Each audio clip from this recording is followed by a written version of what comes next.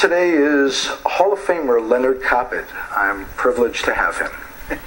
Thank you. I can't get accustomed to that designation. Well, Hall of Fame is the ultimate, and Leonard and I are both escapees from the great city of New York. I don't know if that's a good sign or a bad sign, but I think it attests to our intelligence. Right. We got out just in time. I like to say that I was born and raised in New York and really grew up in California. And Leonard is not a native New Yorker. No, I was born in Moscow, but I reached New York just before the age of 5. So to myself, I'm a New Yorker through and through. And I want to amend one thing. It wasn't a question of getting out of New York as if there's something wrong with New York. It's simply that it's better here. Exactly. And by a long shot, I might add. When I was growing up, Leonard wrote for 2 newspapers that our family read. One of them was the New York Herald Tribune, and one of them was the Post. And as a matter of fact, you and I both worked for the Post at the same time.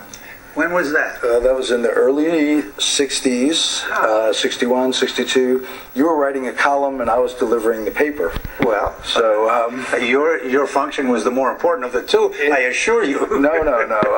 I can assure you that we didn't deliver it before we read Leonard's column and Leonard Schechter as well. Schechter, yes. A wonderful man who passed away. Leonard wrote a book that I think revolutionized sports literature. He co-wrote Ball 4 with Jim Bouton. Yeah, and I think that changed things quite a bit. I think Ball 4, in my opinion, is probably 65% or so Leonard Schechter and only 35% Jim Bouton. Right. Well, if you liked it at all, there's another book that he wrote called Jocks. And that was 100% Leonard Schechter. Yeah. And if you can get a hold of that book, your time in this interview has been well spent. But back to Hall of Famer Leonard Schechter.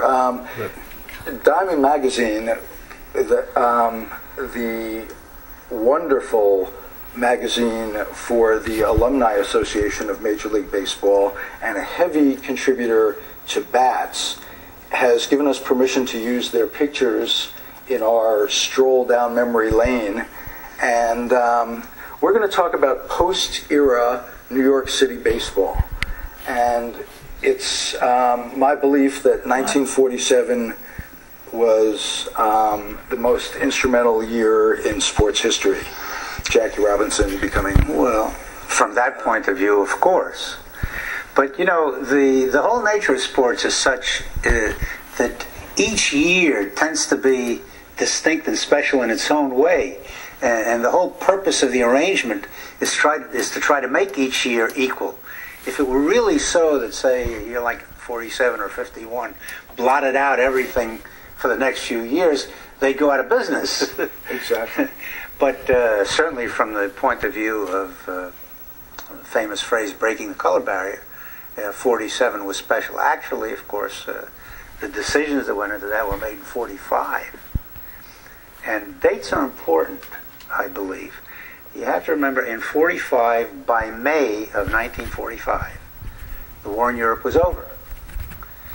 And by July, the war in the Far East was over. So in 1945 already, those who were in any kind of business were thinking about what's going to happen after the war.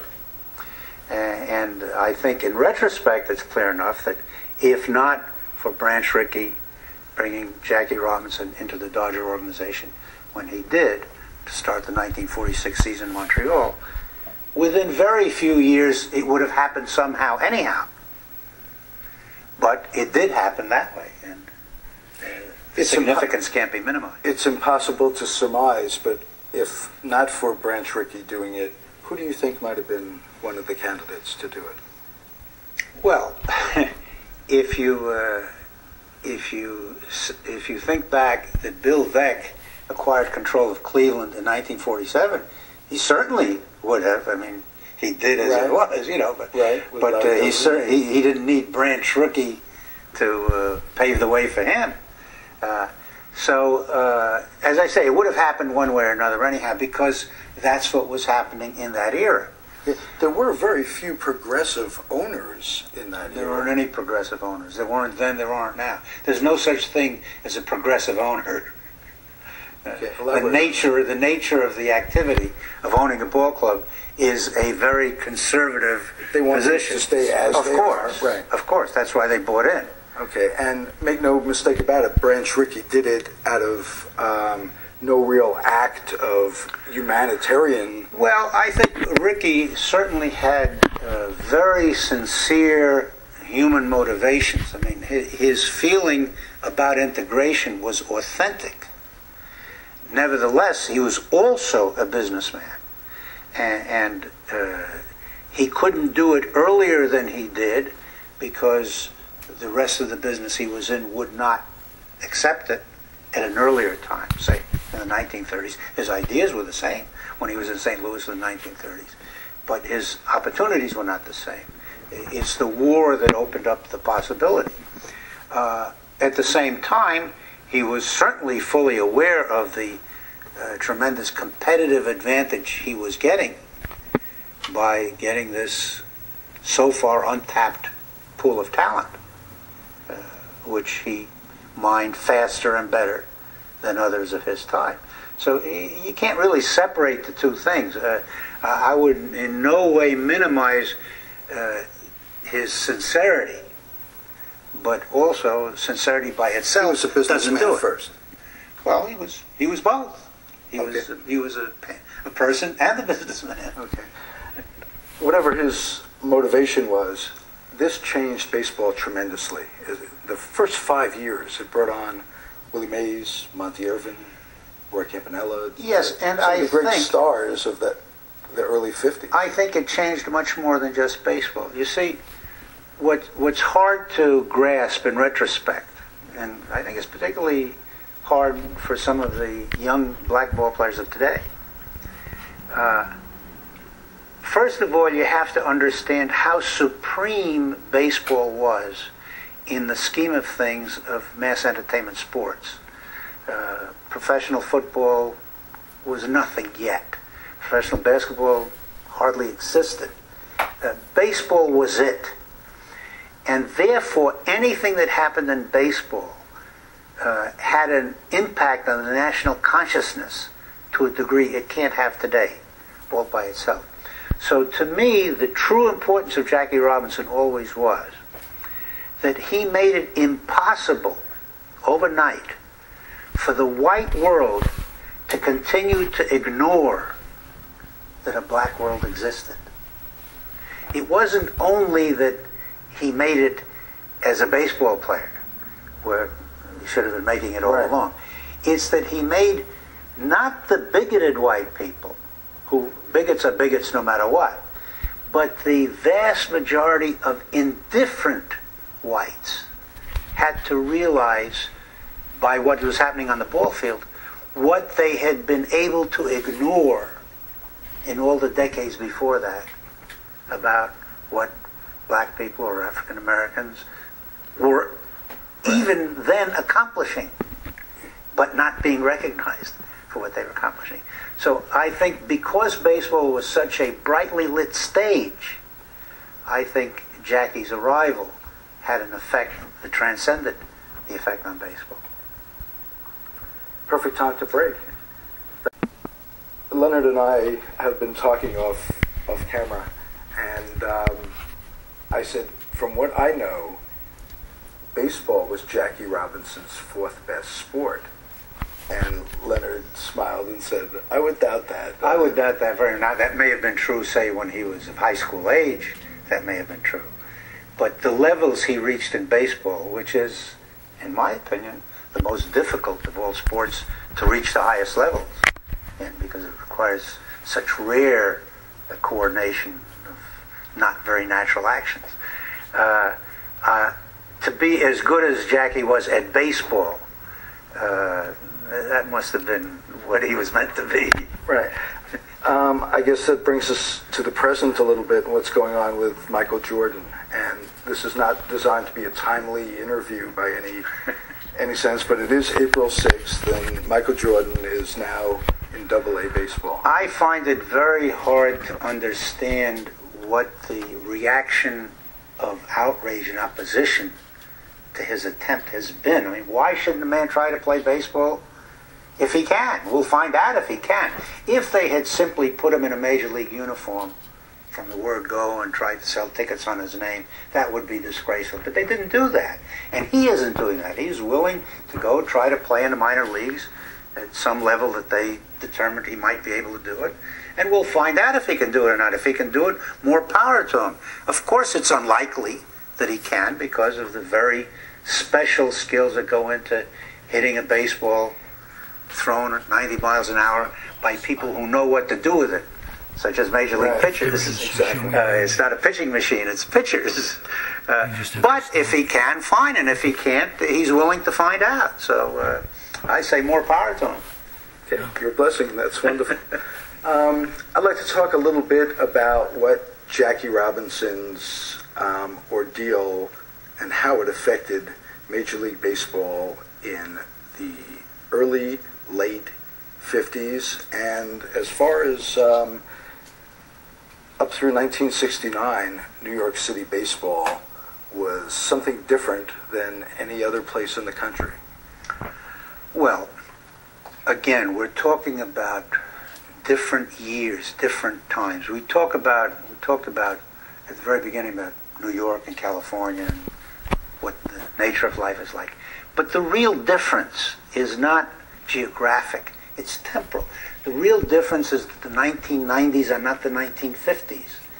And the world was so different in the 1950s on every level, psychologically, physically, every other way, that unless you lived in the 1950s, it's very hard to imagine what they were like. One of the things about the 1950s is that New York was without question the center of the known universe, especially in things that had to do with media and entertainment and attention-getting, but financially and in all other ways too. The reason for that was quite obvious. World War II had knocked out, both world wars in fact, had knocked out the major capitals of the world like London and Paris. And New York was left untouched. It was the center of the radio industry. It was the center of the developing television industry. It was clearly the center of newspapers, which was still the most important way people got information. Everything funneled through New York, and the people who worked at the highest levels of those fields lived in New York and therefore read New York papers and therefore knew more about New York sports teams than about other sports teams. And people outside of New York accepted the idea that New York was the center. Now that changed. That started to change in the late 50s, the 60s. By the 70s, it didn't exist that way. Television, among other things, among other inventions, homogenized the country. But in the 1950s and late 40s, it was still not homogenized. New York was the place. So a Jackie Robinson coming into baseball in the center of that activity, where three baseball teams existed side by side, as they did nowhere else, of course had a disproportionate impact. Players would come into New York, become Yankees, and they would say, well, they changed, totally changed. Johnny Mize, all through the years, Johnny Sane came to New York, became effective. Well, what do you attribute that to? Mize and Sane had Hall of Fame careers before they reached the Yankees. But they were kind of on a they downward. They became recognized. Were they rejuvenized? Were their careers rejuvenized? I think their careers were a little bit lengthened. But they were lengthened because of the way the very talent-rich Yankees could afford to use them, not because it was New York. It was because the Yankees at that point were the supreme baseball team on the field.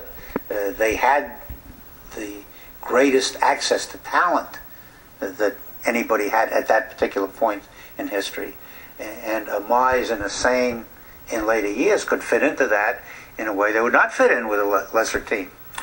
How significant a force was Casey Stengel in those Yankee teams? Very, very significant. I think he was the driving force. DiMaggio and I think Mann. Stengel was the driving force in it. one of Stengel's main approaches to baseball, which he in turn got from John McGraw, whom he had played for, was replaceable parts. He believed that a team was a collection of players who, in the course of 6 months of a playing season, had things to contribute different ways on different days.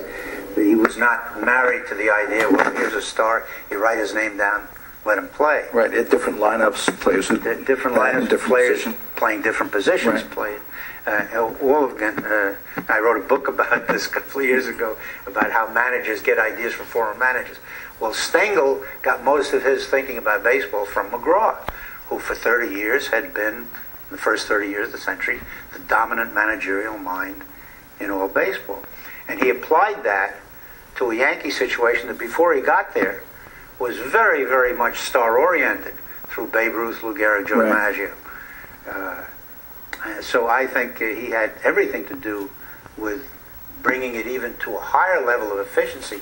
The Yankees before Stengel, for a period, when Stengel got there in 1949, so say for the 30 years before that, the Yankees were winning maybe half the pennants or 3/5 of the pennants. And then when Stengel got there, they started a stretch where they won whatever it was, 14 and 16 years. So he had a lot to do with it. Did that breaking down of the star system make it easier for a young Mickey Mantle to come in, and was there less pressure on him? No, I don't think it made it any easier for Mantle. I think Mantle had a tough road, and one of the things that helped Mantle a great deal was at the very beginning, in the first couple of years he was there, Mize and Sain, particularly as individuals, had a great fatherly effect on him, and they looked after him in certain ways. At the time he was losing his dad that first year. Yeah, it was right after he lost his dad. Right. And I think those relationships helped Mantle over some rough spots. But in general, Mantle, after all, was a star, remained a star in a star system. Right. It's the things around Mantle that changed. I don't think his path was any easier. Mantle's greatest burden was a body that was usually not functioning well. He was hurt most of the time, most of his career, and achieved what he did in spite of it, overcoming that, which is one of the reasons other players admired him so much. I think he will look back on his career and say he might have rehabilitated some of the injuries. He might have, but he had a very great difficulty. You know, today players are all gung-ho about working with weights and working out between seasons and getting into this terrific physical condition. Well, Mantle, in those early years, even if that had been the way to go, which it wasn't then, but even if it had been, his body couldn't have done it. One of his problems with his recurrent leg injuries was that the injuries themselves prevented him from doing the kind of work that would get him into shape to prevent recurring injury. Right, and you favor one part of your body, sure, and another part. Yeah. Oh, absolutely. You know, it's kind of that downhill spiral. Yeah. Let's change the subject from the bat a little bit to the gloves. And when I was a kid, Billy Cox, and later Clete Boyer, and I'll ask you to compare, if not directly, those players with Brooks Robinson and some of the other fielding third basemen that... Well, it's hard to imagine anybody over a period of time really equaling Brooks Robinson as a third baseman. For a year or two, sure, a lot, different people are hurt. I think at his peak, Clete Boyer was about as good as you can get at third base, where it's a matter really of reflex reaction, incredible speed. The ball is shot down there like out of a cannon, and that's what makes one third baseman better than another. Cox was in that class, but maybe not quite what Brooks and Clete were at their very, very best in physical reflexes. the skill and the thinking and how to play third. Cox probably second to nobody. But I thought you were going to dwell on the subject of gloves. On opening day at Candlestick just now, I was talking to Todd Benzinger, who is very interested in baseball history, and he says he has a collection of old gloves. He can't get over how small the old gloves were, and they were, of course, real. And he says, gee, he says, I have one I think that goes back to 1940. Well, to me, 1940 is not all that far back. Right. Right. And the gloves used to be even smaller than that. I have a picture in my mind of Billy Cox snaring a line drive with a glove that was not much bigger than the ball. Yes, the gloves start to get bigger in the 50s. They start to construct them differently. And the essential difference is this. From the time they started using gloves in, say, the 1890s, late 1880s, 1890s, up until World War II, the basic purpose of the glove, except for the first baseman, was to protect the hand. You were still catching the ball with your hand. Your fingers were closing around the ball. And the glove protected you from the bruising effect of a hard-hit ball. After the war, the gloves became more and more a trap between the thumb and the forefinger. Like a highlight. And you caught it in the webbing much more, and the glove was designed to catch the ball in the webbing and got bigger and more of a trap. And today's gloves are entirely traps. One of the criticisms today's ball players get, especially outfielders, for catching the ball with one hand, I think is a little unjustified by old-timers, because if you look at those gloves, there's no place for the second hand to go. Right. The glove is so constructed that catching it one-handed is an efficient way to catch it. Since you're catching it in the trap. You're snaring it, right? Yeah. You don't want that other hand in the way. That's interesting. Time for a break.